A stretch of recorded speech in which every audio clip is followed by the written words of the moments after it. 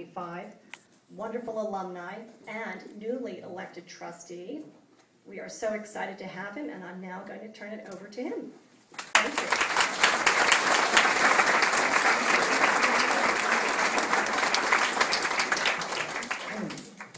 Good morning, everyone, and good morning and congratulations to the graduates. Thank you for giving me the privilege of speaking to you today. It's really wonderful to be back here at my first alma mater. Elise, Colin, Christina, and Skylar, I'm happy to tell you that you have successfully completed the first part of your Montessori education. I know what you're thinking. The first part? Didn't I trace enough sandpaper letters, build enough salt maps, count enough bead chains, and answer enough worldly wise problems? Shouldn't I be graduating from Gladwyne Montessori today? The truth is yes. You have completed your assignments, and today you are moving on to new schools and the next part of your education. But your Montessori experience isn't over, and in some sense, it will always be part of you, shaping the way you see the world, the way you approach problems, and pushing you to think differently, and perhaps helping you decide what you want to be when you grow up. You may not completely realize it yet, but while you may be leaving the Gladwyne Montessori School today, it will never leave you. So now you're thinking, what is this guy talking about? He thinks we're going to be solving binomial cubes for the rest of our lives. No, of course not. But I can give you a sense about how Montessori education continues to affect my life today, 15 years after I sat exactly where you guys sit right now. I graduated from the upper elementary at Gladwyne Montessori in 1995, before iPods and iPads, before the internet and Facebook, and before the upper elementary building that you guys learned in was even built. It was a long time ago. As different as things are today, the fundamentals of Montessori education have not changed. And the lessons that I learned at Gladwyne Montessori are still fresh in my mind. A few weeks ago, I was invited by Mrs. Leininger to come back to the school and visit. Even though I was walking into a completely different classroom, it felt familiar and welcoming. It was a classroom just like this where my Montessori education allowed me to fall in love with the concept of designing and building buildings. When I was in 5th grade, 2 architects from the Foundation for Architecture visited the school every Wednesday.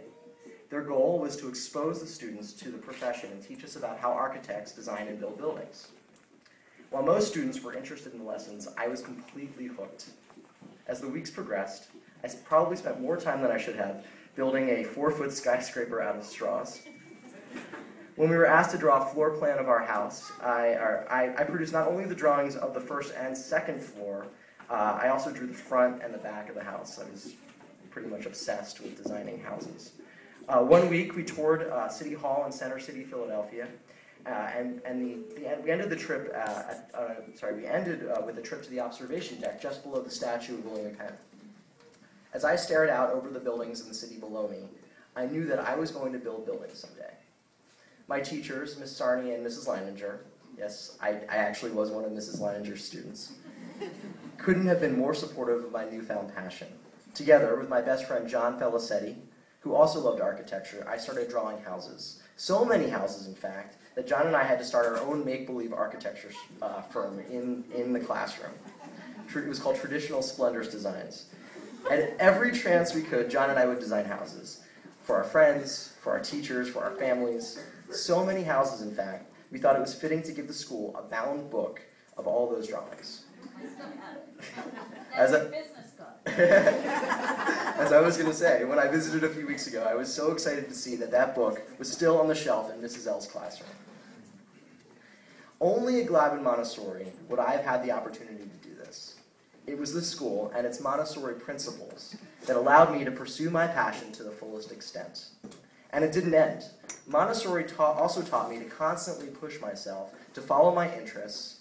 After graduating from GMS, I went on to Shipley, where I continued to draw, not only on the sides of notebooks, but in advanced art classes. After high school, I went on to college at Penn, where I majored and eventually received a master's degree in architecture and urban studies. Today, while I'm not designing buildings anymore, I work for a company that helps redevelop buildings and neighborhoods in cities all over the country. I was fortunate enough to attend a school that allowed me to cultivate my interest in architecture, act independently to pursue it, and push me to follow through.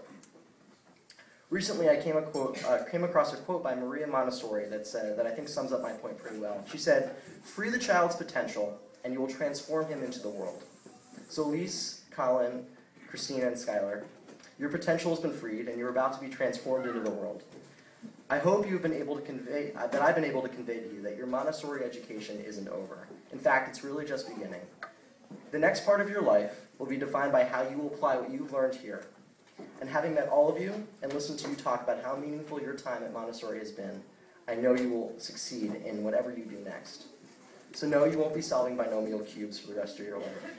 I promise that. But you may wake up one day and realize that binomial cubes, or maybe that salt map, or perhaps the sandpaper letters, inspired you to pursue your dream. And if that happens, you know you'll have Gladwyne Montessori to thank. Congratulations and good luck.